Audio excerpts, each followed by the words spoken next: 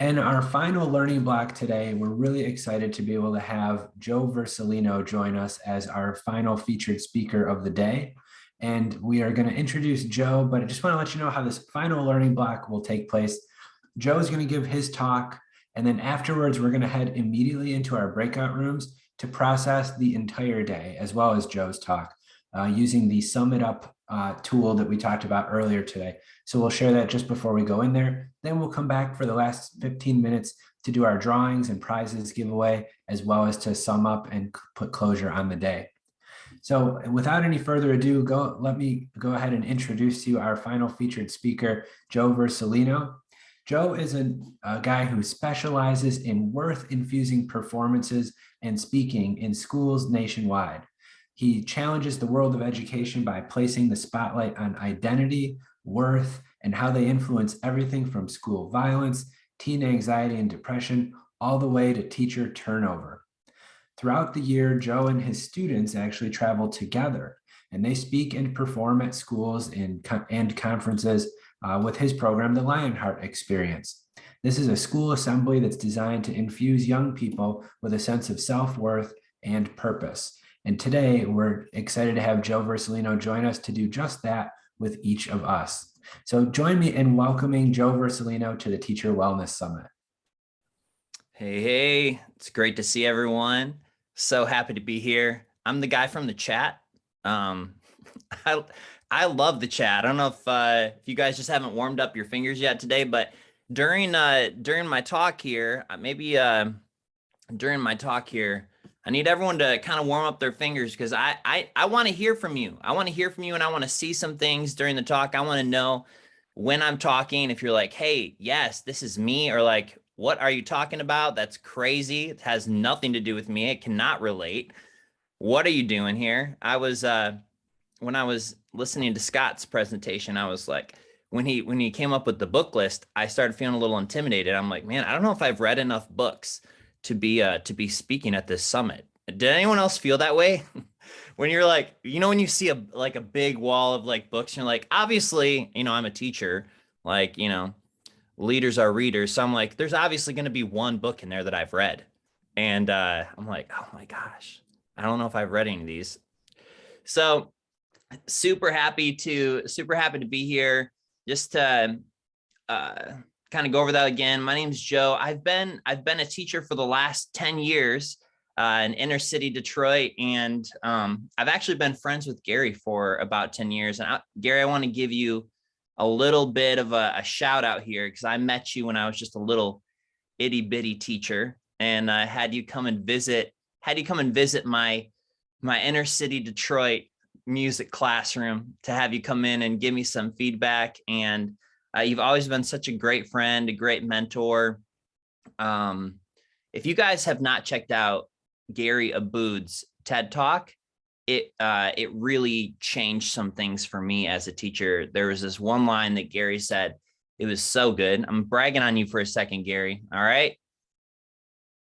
There's this one line from your talk where you were talking about how the most successful DJs and the most successful teachers have something in common. And it just changed everything because I was a music teacher. And you said that the most successful DJs and the most successful teachers share this in common, that they don't just mix other people's content. They're also creating, and they're bringing that in. And that inspired me. It really inspired me and infused me with a lot of life to be doing what I'm doing now, because I was like, you know what, with my classroom, I'm a songwriter, speaker, performer, and that's going to be part of my classroom. And so we started making music in my Detroit classroom that now thousands of people listen to, and we get around to schools all around the country, travel and do it. So I love taking your advice, Gary, and it's a privilege to be able to be here with you today. So I travel around and I speak, and kind of a neat thing about what I do is that I travel with a group of my past students. We go into schools and we do assemblies called the Lionheart Experience, and they're focused on reconnecting young people to a sense of worth, a sense of value. And we say we want to reconnect them to that so that they'll have a compassionate view of themselves and of the world around them. We want to reconnect them to a sense of worth that keeps them grounded in a sense of worth and value, keeps them grounded in compassion towards themselves and the world around them. And there was this this statistic that really startled me. It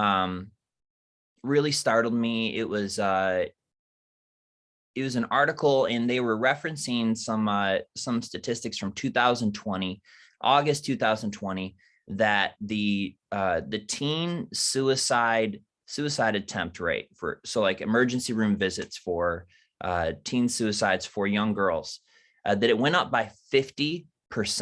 Went up by 50% 2020. Like, isn't that just insane? Isn't that just wild? And what's interesting is that the Lionheart crew and myself, we have all struggled. There's about 10 of us in the group. Actually, I want to show a picture, so I'm going to share my my screen here, desktop. All right, maybe I can't share a picture. Maybe I can.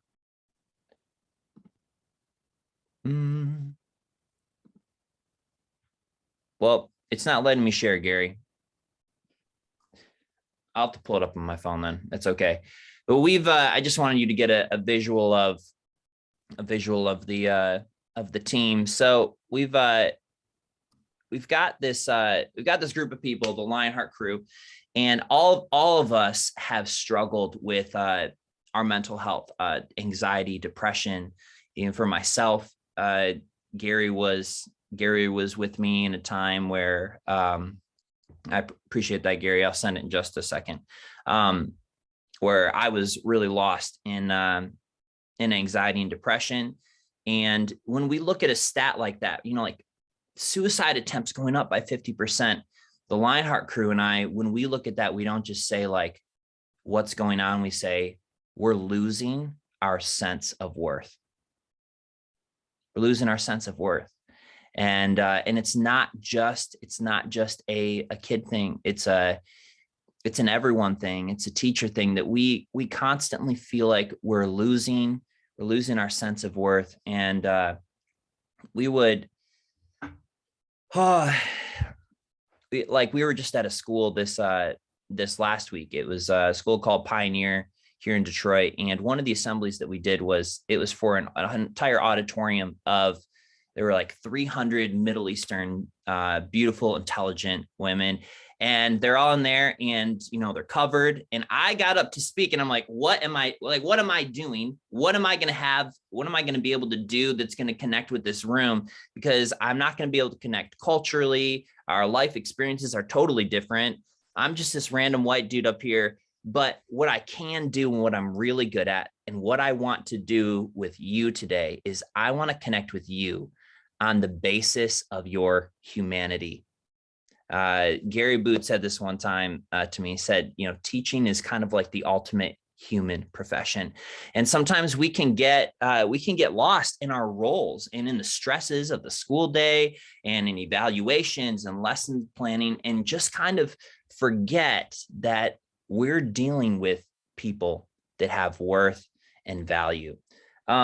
What I want to do right now, just because I want to give you the best of myself today, and I want to be able to have your best. In the chat, I'm gonna need to warm up your fingers real quick. I want everyone to type if you are at work or if you are at home. Okay, tell me in the chat. I'm at work. I'm at home. I'm at work. I'm at home. Where are you at? I hope that you're comfortable. Guys, I'm at home. I'm in my wife's office. Whenever I need to look official, I go to my wife's office. Yes. All right. This is what we're going to do. I want to take 60 seconds. I see a lot of you are at home, and I would like you to get up. I want you to get up, and you can stretch or you can grab something to drink, but we're going to lock in with each other for about 20 minutes. And so go ahead and get up for 60 seconds. Get something to drink, stretch a little bit, because when we come back, I want the very best of you, and I'm going to give you the best of myself too. And Gary, I'm going to send you that picture. Can you share? There we go. Looks like we're all back. I just had to send Gary a little screenshot on my phone. This is this is the Lionheart crew. I wanted you guys to be able to have a little bit of a visual there.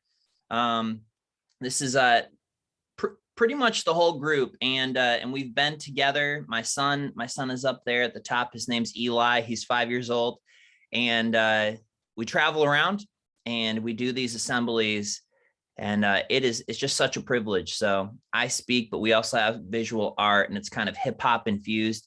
And I'm telling you that these assemblies are really shaking up the world of education when it comes to discussions around mental health. As I said, that almost everyone here in the group has struggled significantly with the anxiety, depression, self-harm. And so we're kind of a community for each other. And that kind of transparency and openness expresses itself in schools as well. So, you know, when Matinga was talking, and Kristen, I want to make sure you're staying with us in the car, okay? Because this is for you too. When Matinga was talking this morning, she said, why should students listen to you? Do you guys remember that? Remember, I need you in the chat. I need to know that you're paying attention. You give me a head nod. You remember that? She said, why should students listen to you? And I was thinking about that kind of throughout the day. And I was thinking about what I do with my students. And I think that for myself, what I believe, why should students listen to you? It's because this is what I bring to the table as a teacher. It's this: I care deeply about how you see yourself. I care deeply about how you see yourself. I love to teach. I love to teach music. I love that. But I care deeply about what I'm helping to develop inside of you. And isn't that such a privilege of what teaching is, that we're teaching content, but we're also learning to help things develop inside of people. I went and got an oil change. The other day, and it always gives me a little bit of anxiety. Susan, do you ever get anxiety when you go and get an oil change? Like, I'm not a car person. I'm going to tell you why. I'm going to tell you why it gives me anxiety. It's because I go in and I try to be very stern, you know, because I'll go to Uncle Eddie's oil change and I'll say, I just need an oil change. Okay. And yes, Julie, yes, because they'll come up to my window and they'll say, okay, great. Do you want the high mileage oil?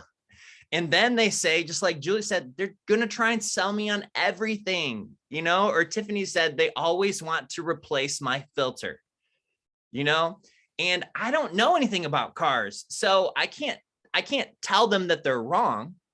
Do you know what I mean? And so they come up to the window and they're like, you know, here, I'm glad you're here for the oil change. Actually, for a really special deal today, for $399, we can flush your gas lines. And, you know, actually, man, we're really glad you're here. You might not have made it home because your transmission fluid, look at it, just look at it.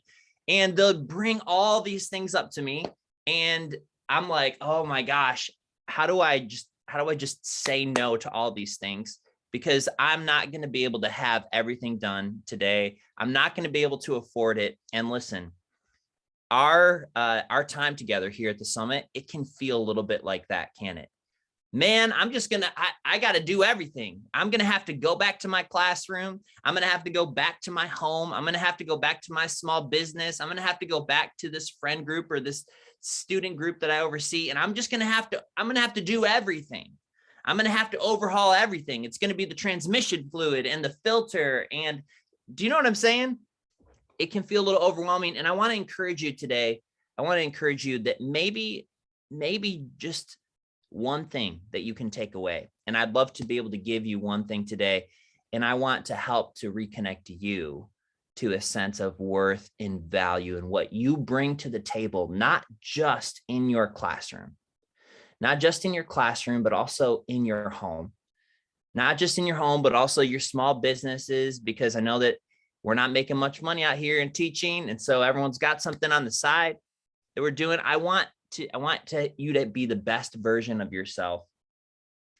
I was thinking a little bit about being back in high school, and Scott, you kind of triggered me a little bit when you were talking about your classroom and how you you gave them like some type of question and a kid put their head down, right? I was like, oh my gosh, that's me, because I really only remember, I remember two things from science class. And the first one was that right when I got into science class, I knew that I needed to sit next to the cutest, smartest girl possible. Because I was like, I'm not going to be able to make it through. I'm not going to be able to make it through this. I'm still doing that with my life, by the way. My wife is stunning and talented and really smart. And the second thing is I learned that I needed to have vitamin D to have a strong, healthy body. Just random facts, but something kind of like stuck with me in the chat. Gary and Scott, you're not allowed to participate in this part, okay? In the chat, I want everyone to write down where vitamin D comes from. All right, just go ahead and type it. Where do we get our vitamin D? Where do we get our vitamin D? The sun, sunshine, the sun. Yes, absolutely. That's what I thought for like my entire life. The sun. Get out in the sun and get some vitamin D, right? Like the sun is delivering vitamin D. Get out in the sun. You need to have some vitamin D. And I learned this crazy fact, and this is going to be where I want us to settle in today as teachers. This is so good. I feel like a science teacher. The sun does not give you vitamin D. Boom. Wild, right? The sun does not give you vitamin D. Pamela, you want to know where the vitamin D comes from? You're the one who said that. Okay. I see you out here, Pamela. I see you. All right. Well, I'm not talking to you anymore. I'm talking to Nicole. I'm talking to Susan. I'm talking to Jen and Kristen, right? The sun doesn't give us vitamin D. What happens is that when we get into the sun, because our bodies, there we go Pam. I love that. Thanks for hopping in there, Susan.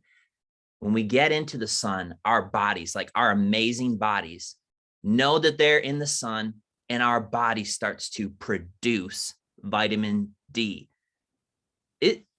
Tiffany, I'm going to inspire you today. Are you with me? Isn't that amazing that it doesn't come from the sun? It does not come down from the rays and deliver vitamin D to our bodies. What happens, we get in front of the sun, and it produces vitamin D inside of us. Like our bodies start reacting. Now, in the same way, and this is my one big takeaway for you today, as teachers, as spouses, as friends, in the same way, you prompt a process inside of another person. In the same way that the sun prompts my body, to produce vitamin D, you prompt a process inside of a student that helps them to produce something. Now, these are those kind of intangible things that we have a hard time measuring. I'm reading this book called The Edge, and he talks about how we can get really caught up in things that are quantifiable, right? We can measure them, put them into graphs and statistics, and then there are qualifiable things, right? And these are things like compassion and empathy and worth and hope and feeling understood. Now, when I think about my presence, right? What does my presence prompt inside of my students, inside of the students in the Lionheart crew that I interact with each day? When I step in front of them. When you go back to your classrooms, some of you are going to leave the call and go right to your classrooms. Some of you are going to see them on Monday. Some of you are not even like in a traditional classroom, but you're going to get in front of someone. And I want you to think, Joe told me that my presence, just being there, just like the sun, my presence is going to prompt a process inside of other people. Now, I was thinking the other day about how some things in my classroom shifted a little bit when I became a dad. I have 3 kids. My wife and I have 3 kids. They're 5. And can you show that picture one more time, Gary? I'm going to reference my son. I want people to be able to see him. If you could throw that back up there. My son, he's 5 years old, and I want to tell you about how my classroom shifted a little bit in really small ways where this kind of started to make sense to me. There's my son. He's right up there. Hover your mouse over him a little bit, Gary. There he is. He's given Tay and Jalen noogies right at the top. There he is. His name is Eli. He's 5 years old. And you can exit off of that now. But one of the things that shifted for me, because I want to make this tangible for you, is the way that I looked at students. The way that I looked at them, because what I realized, I remember it was the first time that my son got in trouble when he was in preschool. And I was thinking to myself, I wonder how the teacher looked at him when he made a mistake, when he made a bad decision. You know, I know that he screwed up. He was just a tiny little person, right? But I was like, I wonder how the teacher looked at him. Because what I realized about myself is that even though you might walk into my classroom and be like, oh yeah, this is a great positive place, what you might realize if you zoomed in to my eyes is that I would have a lot of you would see disappointment. You know, if you did something in my classroom and it bothered me or is out of line, you didn't meet the expectation, you might see some disappointment or some shame in my eyes. And I had to realize that, like, even that, my eyes, the warmth in my voice, my knee-jerk reaction to a student not meeting an expectation, that all of those things were prompting a process inside of my students.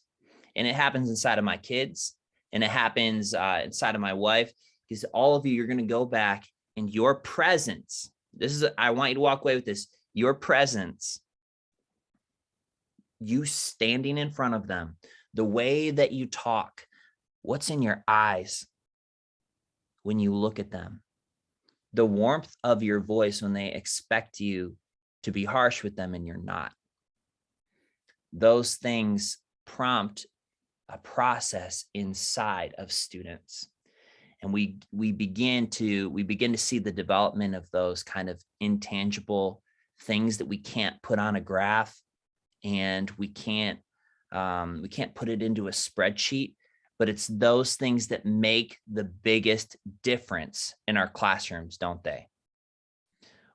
In the chat, I'd like everyone to type down, what is something that you would like to see develop from the inside? What's something that you would like to see develop in your classrooms with your students, with the teams that you oversee? Type something in the chat. What's something that you would like to see develop from the inside? Pamela said, more compassion. I would love to see more compassion, maybe some more grace in my classrooms or in my home, some more empathy and understanding, some more confidence. Oh man, confidence. I wish like vitamin D. I wish I could give it in a pill, right? They're like, drink this glass of milk, but it's not something that I can give you. But you know what I can do is I can help to prompt the process of confidence developing inside of you.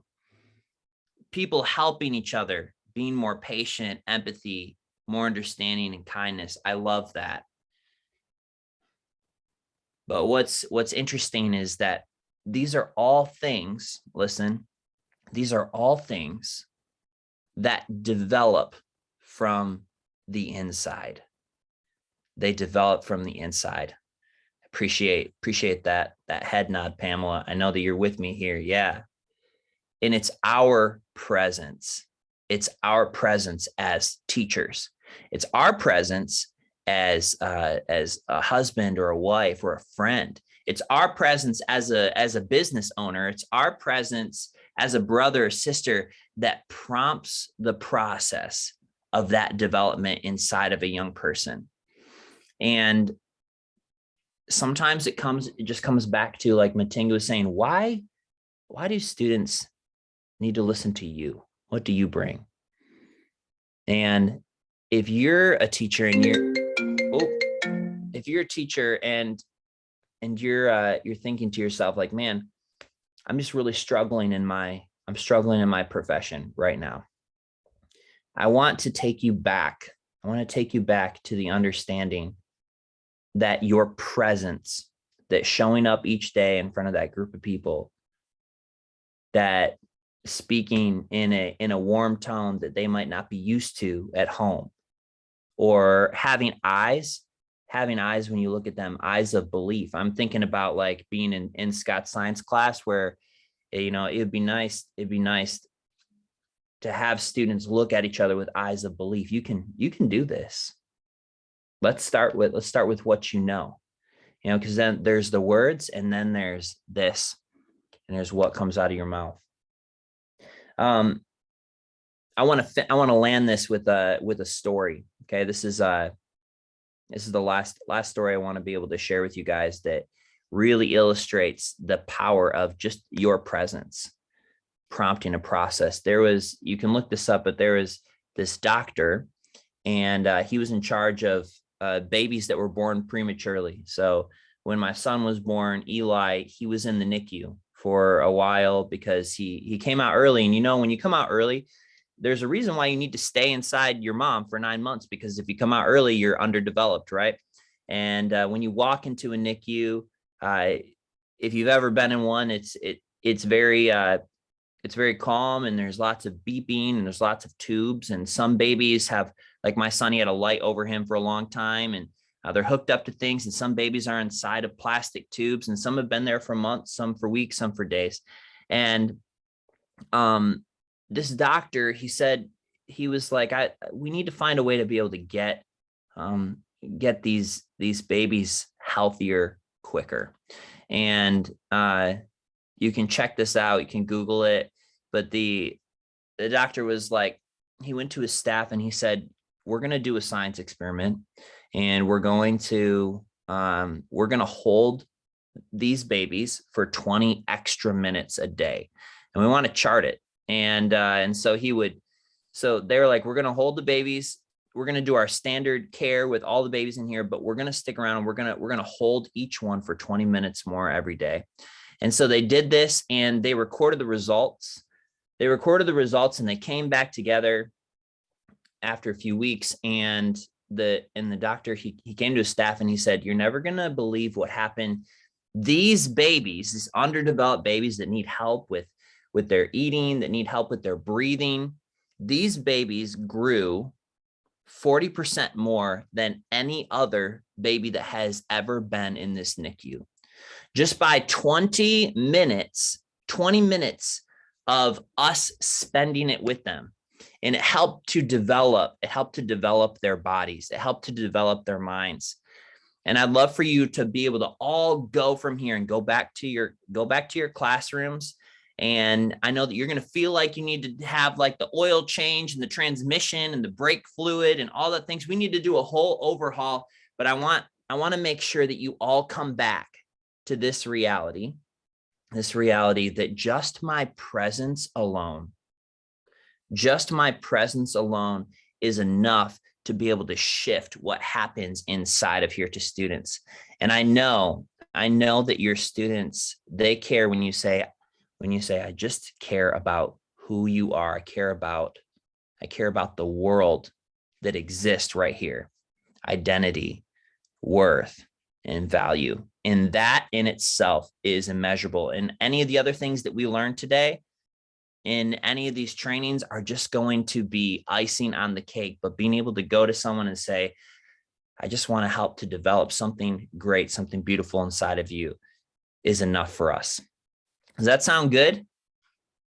Yes, good. You know, Gary listed me on there. He's like, here's Joe. He's an inspirational speaker. And I'm like, man, I don't know. I don't know if I'm an inspirational speaker or a motivational speaker, but I do want to reconnect you to something.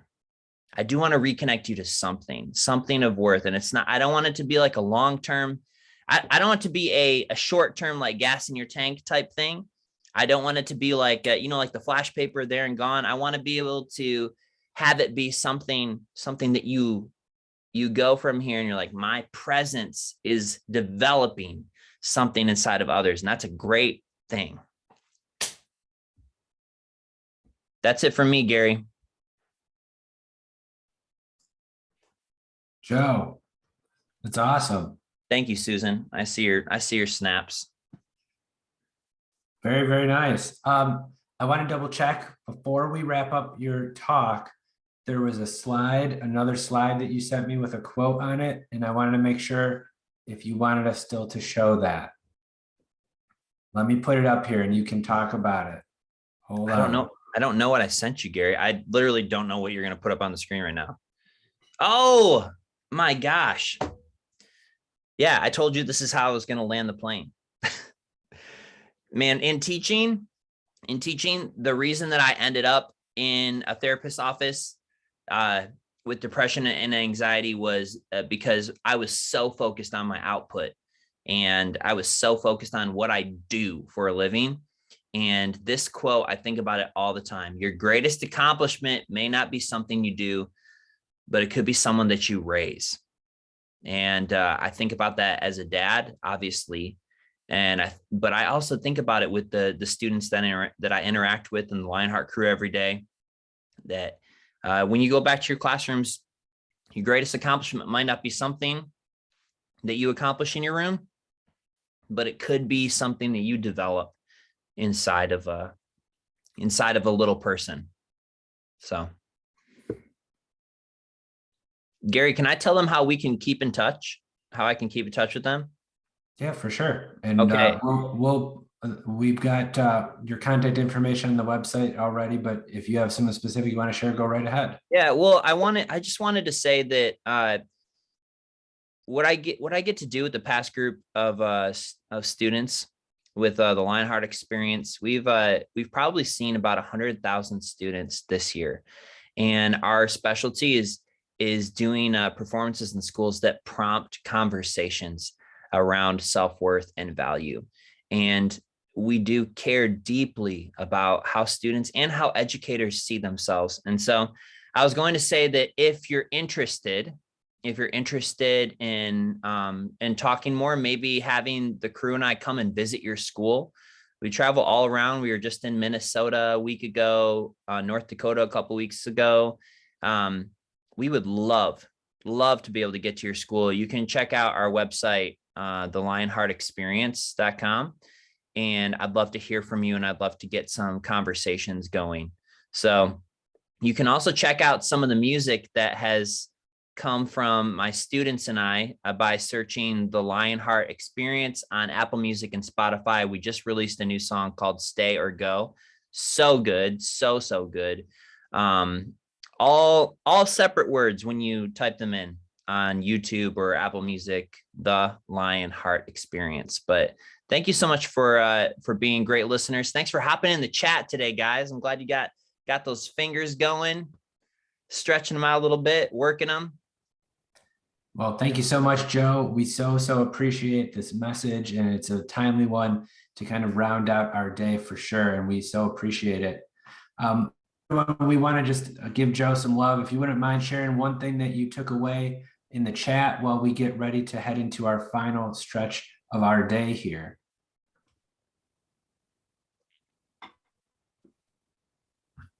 So let me go ahead and pause our final session recording.